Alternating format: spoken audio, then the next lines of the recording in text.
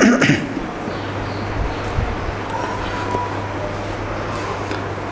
Friend, नैतिक ice academy के platform पे आप सभी का स्वागत है। पश्चिमी राजनीतिक विचारक के रूप में हम लोग फ्रांज फैनॉन को पढ़े थे।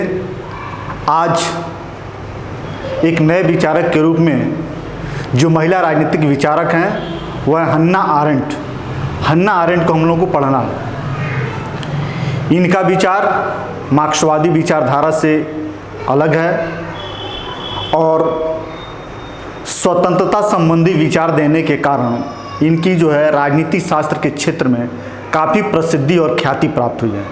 इस नवीन महिला राजनीतिक विचारक को इनका जीवन परिचय के बाद स्वतंत्रता संबंधी अवधारणा और सर्वाधिकारवाद के संदर्भ में इन्होंने क्या विचार रखा, इसी को पढ़ते हुए फिर हन्ना आरेंट को हम लोग समाप्त कर देंगे। चूँकि हन्ना आरेंट महिला राजनीतिक विचारक के रूप में पूरे राजनीति शास्त्र में जितने हम लोग 16-17 राजनीतिक विचारकों को पढ़ेंगे उसमें ये दूसरी महिला राजनीतिक विचारक है। एक जो है नारीवादी विचारक को हम लोगों ने पिछले पढ़ा था और अब एक राजनीतिक विचारक के रूप में हन्ना आरेंट जैसे महिला राजनीतिक विचारक को पढ़ रहे हैं। तो आधुनिक जो हमारा समय है इसमें कहीं ना कहीं महिलाओं को अपनी समस्याओं से और समाज में उनके क्या अधिकार हैं, इस संदर्भ में उनकी जो क्या सोच है, उनकी क्या जो विचार है, यह महत्वपूर्ण प्रश्न है।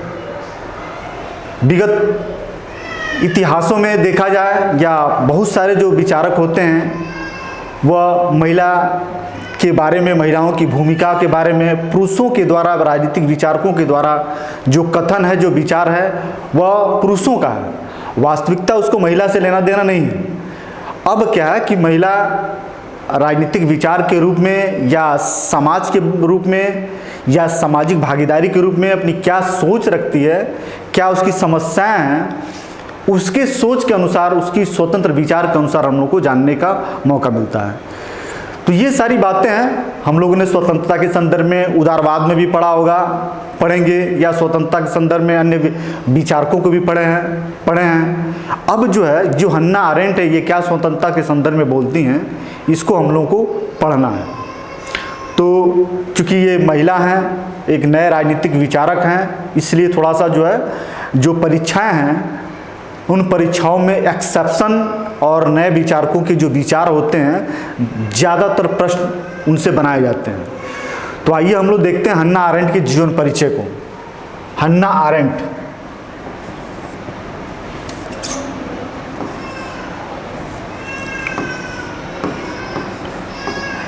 हन्ना आरेंट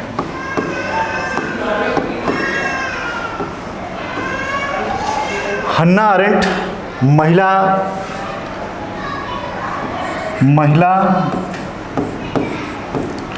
अमेरिकी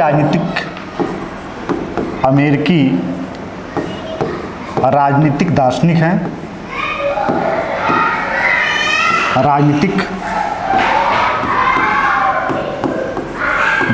हैं, इनके माता पिता यहूदी हैं।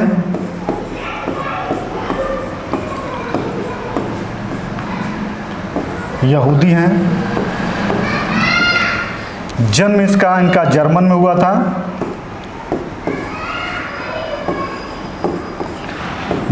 हुआ था।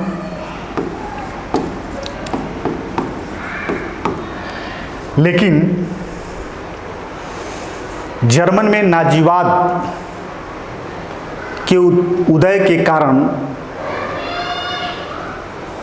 इस विचारक को जर्मनी को छोड़ के फ्रांस के रास्ते अमेरिका भागना पड़ा। नाजीवाद एक सर्वाधिकारवादी सत्ता थी जो स्वतंत्र विचार रखने वाले किसी भी विचारकों को जेल में ढकेल दे रही थी और उनके लिए तमाम तरह की परिसीमाएं लगाई जाती थी। तो जिनके विचार स्वतंत्र थे, स्वतंत्र विचारों को रखने वाले थे, उनके लिए वह स्थान उपयुक्त नहीं था। इसी वजह से हन्ना आरेंट भी, चूँकि स्वतंत्र विचारक के रूप में थी, स्वतंत्र सोच रखती थी, तो उन्होंने जर्मनी को छोड़ के फ्रांस के रास्ते ये अमेरिका में आ गई और अमेरिका आने के बाद ये अमेरिका में ही बस गई और यहाँ अपने स्वतंत्र राजनीतिक विचार देने का पूरा अवसर और समय मिला।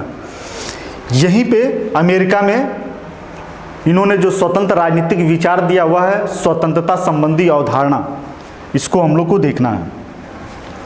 स्वतंत्रता संबंधी अवधारणा, स्वतंत्रता संबंधी अवधारणा।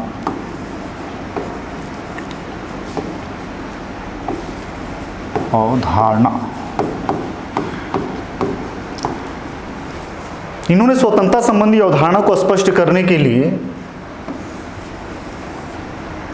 अपने विचारों को प्राचीन समय में, प्राचीन अवस्था और आधुनिक अवस्था में, आधुनिक अवस्था में स्वतंत्रता के विचार को रखते हुए स्पष्ट किया है। इसका एक सेंट्रल आइडिया समझ लीजिए कि स्वतंत्रता को इन्होंने ये बताया कि जो आधुनिक समाज है, यहाँ जो व्यक्ति की स्वतंत्रता है वो पूरी तरीके से समाप्त हो चुकी है। व्यक्ति अपने स्वतंत्र सोच के अनुसार पूरी तरीके से स्वतंत्र नहीं है, वह कहीं ना कहीं किसी न किसी अवस्थाओं के परिसीमाओं में बंधा हुआ है। स्वतंत्र कब था? तो प्राचीन अवस्था में स्वतंत्र था। कैसे था? तो प्राचीन अवस्था में जो व्यक्ति की निजी क्षेत्र होती थी और सार्वजनिक क्षेत्र होती, तो दोनों डिवाइड था। व्यक्ति अपने सार्वजनिक जीवन को स्वतंत्र सोच के अनुसार जीता था, निजी क्षेत्र में व्यक्तिगत जीवन जीता था, दोनों बिल्कुल अलग अलग थे। जो आधुनिक क्षेत्र हैं, यहाँ निजी क्षेत्र और सार्वजनिक क्षेत्र एक दोनों में मिल चुके हैं। इनके बीच की जो सीमाएं हैं, इनके बीच की जो रेखाएं बिल्कुल समाप्त हो चुकी हैं। मनुष्य की ज़्यादा जो फोकस है अपनी निजी जीवन पे ही है। अब व्यक्ति के अपने व्यक्तित्व की रक्षा या व्यक्ति को अपने जीवन की रक्षा तक ही उसकी सोच सीमित हो चुकी है। तो यहाँ जो है स्वतंत्रता सुरक्षित नहीं है, विचारों की स्वतंत्रता यहाँ कैद हो चुकी है। इसी बात को ये बताना चाहते हैं। अब प्राचीन समय में कैसे स्वतंत्रता बनी हुई थी और आधुनिक अवस्था में वह स्वतंत्रता कैसे बाधित हो गई है, और फिर आधुनिक समय में स्वतंत्रता को स्थापित करने के लिए क्या समाधान है, इन्हीं सब बातों पे अन्ना आरेंट ने अपना विचार दिया है। प्राचीन अवस्था में स्वतंत्रता थी, इसको स्पष्ट करने के लिए इन्होंने यूनानी नागरिक समाज का उदाहरण दिया है। यूनानी नागरिक समाज, यूनानी नागरिक समाज क्या है? यूनान वह जगह है जो राजनीति शास्त्र की जन्मधरती मानी जाती है, जहां प्लेटो, अरस्तु जैसे, सुकरात जैसे राजनीतिक विचारों को का जन्म हुआ है, जन्मस्थली है। और राजनीति शास्त्र का जन्मस्थली भी यूनान है। तो वहां क्या होता था, जो यूनानी लोग होते थे उनका जो जीवन होता था वह व्यक्तिगत जीवन की तुलना में सामुदायिक जीवन पे ज़्यादा विश्वास करते थे, और सामूहिक आदर्शों नियमों के अनुरूप वह सार्वजनिक जीवन में भागीदारी लेते थे। सभी लोग सार्वजनिक जीवन में या सामुदायिक जीवन में बढ़ चढ़ कर हिस्सा लेना, उसमें स्वतंत्र विचार रखना, राजनीतिक जीवन में अपनी भागीदारी को चढ़ बढ़ के सुनिश्चित करना, ये सारी जो चीज़ें हैं राजनीतिक क्षेत्र में उनकी, यह कहीं ना कहीं लोकतांत्रिक संस्थाओं को स्थापित करते थे और उनकी स्वतंत्र जीवन को भी स्थापित करते थे। इसमें क्या होता था कि जो मनुष्य का निजी का मतलब जो पारिवारिक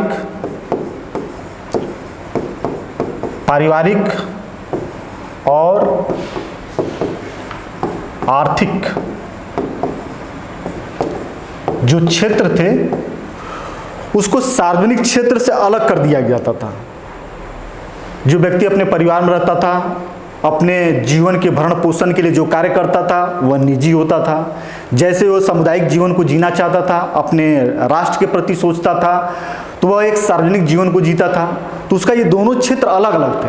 तो जहाँ वह सार्वजनिक क्षेत्र राजनीतिक जीवन में प्रवेश करता था तो अपने स्वतंत्र सोच और चिंतन के साथ प्रवेश करता था, क्योंकि सार्वजनिक भागीदारी के लिए व्यक्ति को अपनी व्यक्तिगत सोच के अनुसार उसमें जाना होगा। कहीं ना कहीं सामूहिक आदर्श और नियमों, कानूनों, प्रथाओं के अनुरूप अपने विचारों को रखना होगा, या उसके अनुरूप अपने आप को ढालना होगा, या नई नई सोच उसमें स्थापित करनी होगी। इस तरीके से खुल्लम खुल्ला उसके विचार हुआ करते थे और वह इसमें जो है अपनी भागीदारी को सुनिश्चित करता था।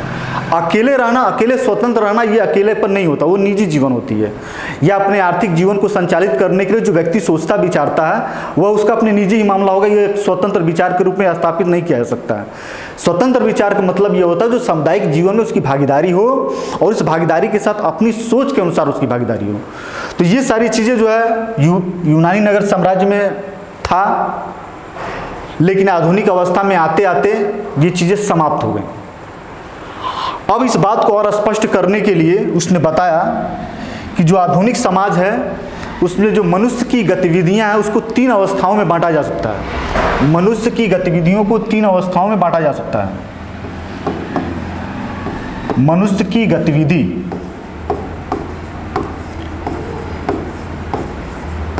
मनुष्य की गतिविधि की अवस्था,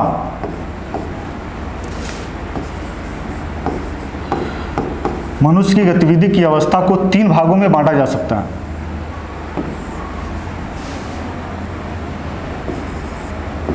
पहला श्रम,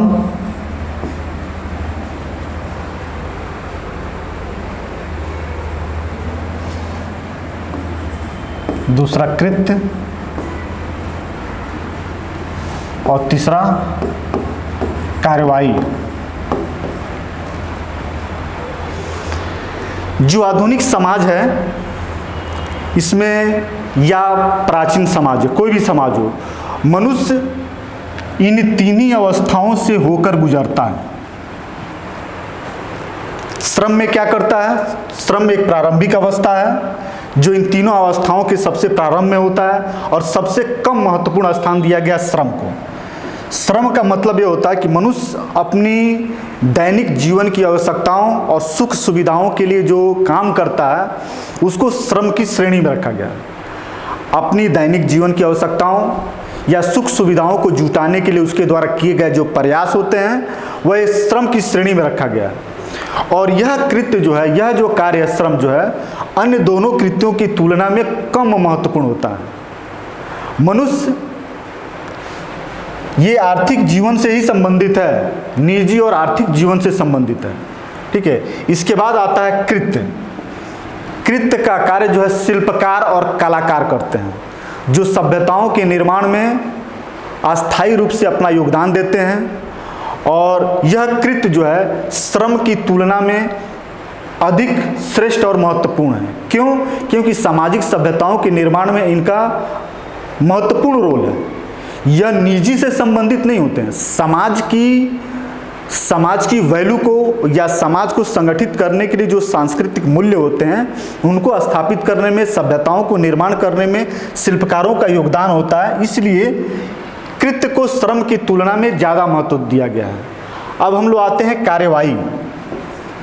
जो कार्यवाही है वह व्यक्ति के दूसरे व्यक्ति के साथ परस्पर क्रिया प्रतिक्रिया करने का जो प्रक्रिया है, जो रूप है, उसी को कार्यवाही कहा गया। अर्थात व्यक्ति की जो सार्वजनिक जीवन है वह जीवन जो राजनीतिक क्षेत्र से जुड़ा हुआ है, यही है कार्यवाही। यही व्यक्ति अपनी स्वतंत्रता का खुल्लम खुल्ला प्रयोग करता है। यह कार्यवाही जो राजनीति का क्षेत्र है, यह श्रम से और कृत्य की तुलना में सबसे ज़्यादा महत्वपूर्ण है। क्यों महत्वपूर्ण है? क्योंकि यही व्यक्ति की स्वतंत्रता सुनिश्चित होती है। यह सार्वजनिक जीवन से संबंधित है। सामुदायिक आदर्श और नियमों का यहाँ पालन होता है और यहाँ पे व्यक्ति की व्यक्तिगत जीवन और सार्वजनिक जीवन को बिल्कुल अलग अलग रखा जाता है। तो राजनीतिक जीवन व्यक्तिगत जीवन से ज़्यादा सर्वोपरि है, ज़्यादा महत्वपूर्ण है। इसलिए कार्रवाई को ज़्यादा क्या दिया गया? ज़्यादा महत्व माना गया। अब हम लोग आते हैं जो आधुनिक जीवन है, इसमें कहना है हन्ना अरेंड का, जो मनुष्य की ये तीनों गतिविधियां हैं, इसमें मनुष्य जो है आधुनिक समय में श्रम और कृत्य तक ही आकर सिमट गया है। या तो अपने व्यक्तिगत जीवन के बारे में सोच रहा है या थोड़ा बहुत समाज में भागीदारियां करके अपने आप को अलग कर दे रहा है। कार्रवाइयाँ जो है, कार्रवाई के स्तर पे मनुष्य नहीं आ पा रहा। जब कार्रवाई के स्तर पे मनुष्य नहीं आ पा रहा तो उसके विचार जो है, जो विचारों की स्वतंत्रता है, विचारों को खुल्लम प्रयोग करने की जो अवस्था है, यहाँ वह समाप्त होती जा रही है। और जो निजी क्षेत्र हैं और सार्वजनिक क्षेत्र हैं, ये एक दूसरे से क्या हो गया? मिल गए हैं। यही जीवन जो है प्रधान हो गया है। यह जीवन प्रधान हो जाने के कारण व्यक्ति स्वतंत्र नहीं है, अकॉर्डिंग टू हन्ना अरेंड। हन्ना अरेंड के अनुसार व्यक्ति वही स्वतंत्र है जब वह सार्वजनिक जीवन में अपनी स्वतंत्र सोच के अनुसार सही तरीके से भागीदारी को अपनी सुनिश्चित करता है, तब वह क्या है, स्वतंत्र है। अन्यथा वह अपने जब निजी जीवन के बारे में सोचता समझता है तो वह स्वतंत्र नहीं है। यही एक अंतर है हन्ना अरेंड के अनुसार स्वतंत्रता के संदर्भ में। यदि एक दो लाइन में हम लोग को कहना है कि हन्ना अरेंड के अनुसार स्वतंत्रता क्या है, स्वतंत्रता के विचार क्या है, तो राजनीतिक जीवन में या सार्वजनिक जीवन में व्यक्ति की जो विचार हैं वही जो है उनकी स्वतंत्रता है। उन्होंने कहा भी था कि जो राजनीतिक जीवन या सार्वजनिक जीवन में स्वतंत्रता कैसे है, तो एक बात इन्होंने बताया था कि जब व्यक्ति विश्व के धरातल पे या विश्व के संदर्भ में या वैश्विक घटना के संदर्भ में अपनी प्रतिभाशाली विचारों को भिन्न भिन्न दृष्टिकोण के साथ प्रदर्शन करता है या प्रस्तुत करता है, यह जो दृष्टिकोण है, यह भिन्नता है, यही उसकी स्वतंत्रता है। और यह सार्वजनिक जीवन में लाने पर ही हो सकता है। वैश्विक परिदृश्य के संदर्भ में आप जो विचार रखते हैं तो कहीं ना कहीं सार्वजनिक जीवन से आप तारतम्यता रखते हैं, उससे ताल्लुकात रखते हैं, तभी तो अपने विभिन्न दृष्टिकोणों को रखते और समझते हैं। और वही वास्तविकता में क्या है, वही वास्तविकता में उसकी स्वतंत्रता है। आपके निजी जीवन से, आपके अपने जीवन से संबंधित जो आपके विचार आते हैं वह स्वतंत्र नहीं है। स्वतंत्रता सार्वजनिक जीवन और सामुदायिक जीवन या वैश्विक घटनाओं के संदर्भ में आपके मौलिक जो विचार निकलते हैं, आपके जो दृष्टिकोण निकलते हैं, वही क्या है, स्वतंत्रता है। वह उसको कार्रवाई के क्षेत्र में रखा गया है। तो प्रश्न आपके यही बने जाएंगे कि हन्ना अरेंड ने स्वतंत्रता को कहाँ दिखाई है, श्रम के स्तर पे, कृत्य के स्तर पे, कार्रवाई के स्तर पे। तो उन्होंने स्वतंत्रता को कार्रवाई के स्तर पे दिखाया। क्यों? क्योंकि यही है सार्वजनिक जीवन का जगह, सार्वजनिक जीवन का स्थान। अब इन्होंने कहा कि ये जो है समाप्त हो गया है आधुनिक समाज में, इसी चीज को स्थापित करना है।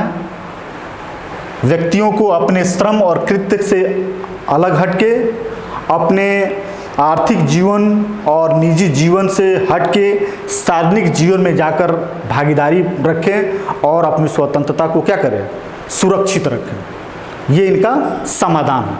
अब हम लोग आते हैं हन्ना अरेंड के सर्वाधिकारवाद। अच्छा, स्वतंत्रता संबंधी जो अवधारणा रही है, स्वतंत्रता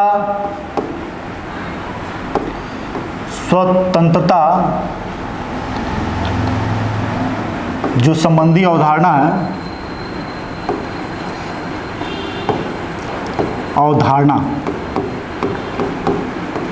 यह उनकी पुस्तक है ह्यूमन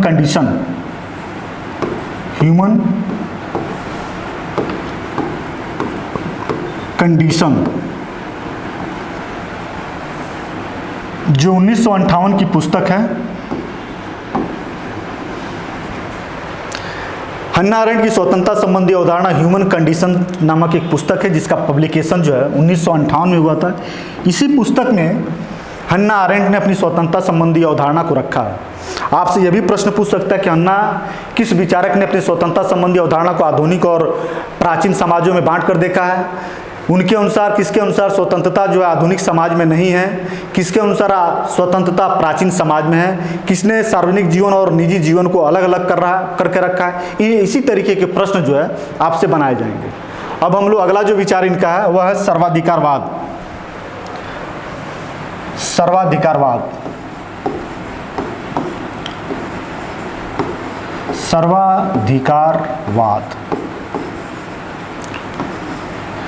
सर्वाधिकारवाद की जो अवधारणा है, इन्होंने अपनी पुस्तक ओरिजिन ऑफ टोटलिटेरियनिज्म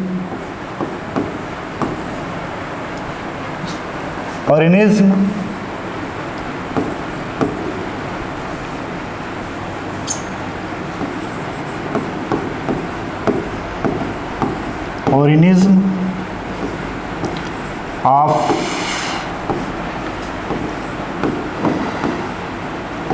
टोटलिटेरियनिज्म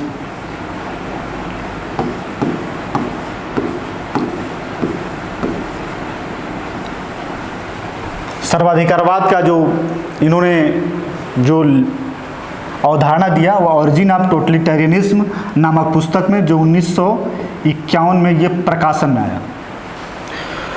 हम लोगों ने इनके जीवन परिचय को पढ़ते समय ये देखा भी कि चूंकि ये जर्मनी की रहने वाली थी और जर्मनी में जब नाजीवाद का उदय हुआ जो नाजीवाद एक सर्वाधिकारवादी सत्ता वाली पार्टी थी और सर्वाधिकारवादी विचारधारा में विश्वास रखने वाली नाजीवादी सत्ता थी, तो उसके भय से, उसके आतंक के डर से इन्होंने जर्मन को छोड़ के ये अमेरिका चली आई थी। और अमेरिका आने के बाद उसी आतंकित सर्वाधिकारवादी नाजीवाद के संदर्भ में अपने विचार को इन्होंने रखा है। और इन्होंने बताया है कि जो सर्वाधिकारवाद है, सबसे पहले बताया कि जो सर्वाधिकारवाद है वह सत्तावाद नहीं है। ठीक है, सर्वाधिकारवाद क्या है? तो सर्वाधिकारवाद में जो व्यक्ति की निजी और सार्वजनिक जीवन, सर्वाधिकारवाद, सर्वाधिकारवाद,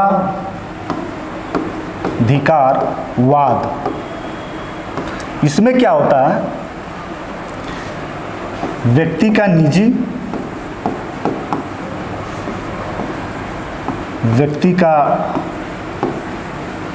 निजी मामला और सार्वजनिक मामला।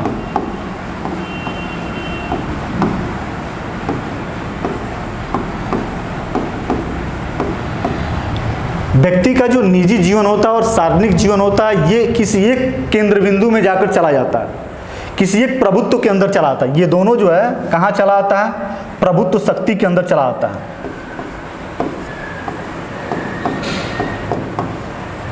प्रभुत्व शक्ति के अंदर। कहने का मतलब यह है कि सर्वाधिकारवाद एक ऐसी आंदोलन, एक ऐसी विचारधारा है जिसके अंतर्गत व्यक्ति की निजी और सार्वजनिक जीवन किसी एक प्रभुत्वशाली केंद्र में जाकर समाहित हो जाती है और व्यक्ति का जीवन वहाँ उपेक्षित हो जाता है। अब वहाँ सर्वाधिकारवाद के आगे व्यक्ति की अपनी व्यक्तिगत जीवन या उसकी सार्वजनिक जीवन बिल्कुल सिमट जाती है, समाप्त हो जाती है। इस सर्वाधिकारवादी को उसने जो है उदाहरण दिया कि उदाहरण के तौर पे सर्वाधिकारवाद को दो रूपों में देखा जा सकता है। एक तो नाजीवाद के रूप में देखा जा सकता है, नाजीवाद के रूप में। सर्वाधिकारवाद को दो रूपों में देखा जा सकता है। सर्वाधिकारवाद,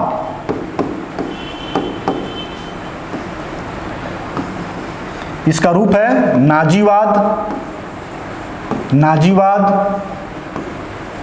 और स्टालिनवाद।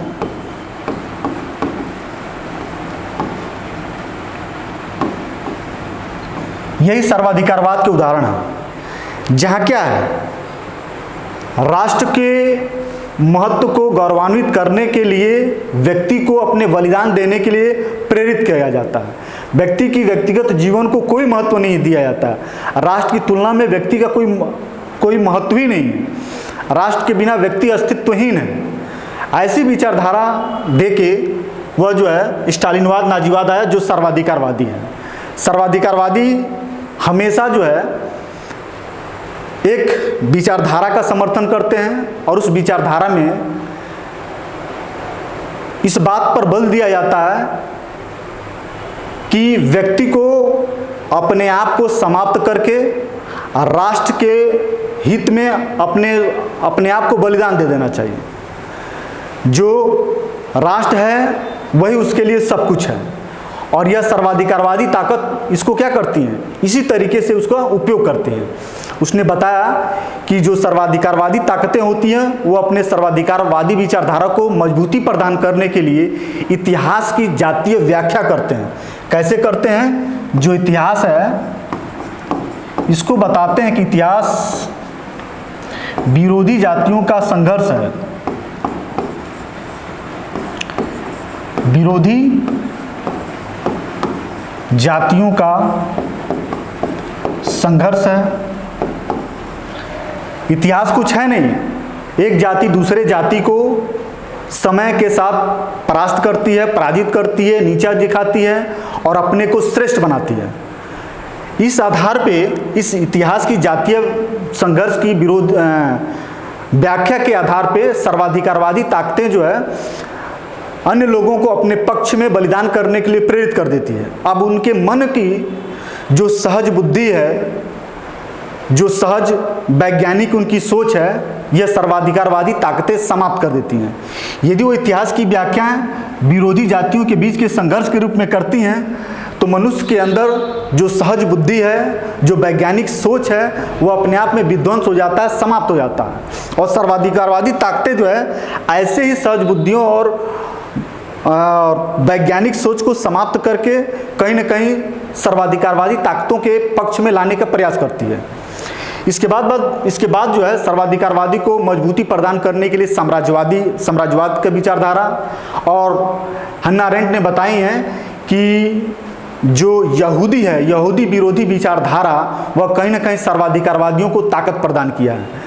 यहूदीवादी विचारधारा के कारण जो नाजीवाद है, उसने यहूदियों को वहाँ की नागरिकता से वंचित करके और मानवीय अधिकारों से वंचित करके उन पे नस्लीय श्रेष्ठता लागू करने का आवाज़ उठाती है, जिसके कारण ये सर्वाधिकारवादी ताकतें मजबूत होती हैं। दूसरी बातें हैं जो साम्राज्यवाद की अवधारणा को स्वीकार करके सर्वाधिकारवाद ज़्यादा ताकतवर हो जाता है। वह यह बताता है कि हमें अपनी राज्य की सीमाओं को भूलकर दूसरे की राज्य की सीमाओं पर अतिक्रमण करके, उनको छीन करके अपनी शक्ति को बड़ा करना है। तो ये भी सारी जो विचारधारा है वो सर्वाधिकारवादी को ताकत प्रदान करती है। यही है सर्वाधिकारवादी संबंधी अवधारणा अन्ना अरेंट की। इस प्रकार हम लोगों को अन्ना अरेंट के सर्वाधिकारवाद और उनकी स्वतंत्रता संबंधी अवधारणा की जो विचार थी वह समाप्त होती है। फिर से हम लोग एक नए विचारक के रूप में दूसरे दिन से मुलाकात करेंगे। अब तक के लिए फिर से हमारी जो ये क्लास है समाप्त होती है। फिर नए क्लास में हम लोग मिलेंगे। धन्यवाद।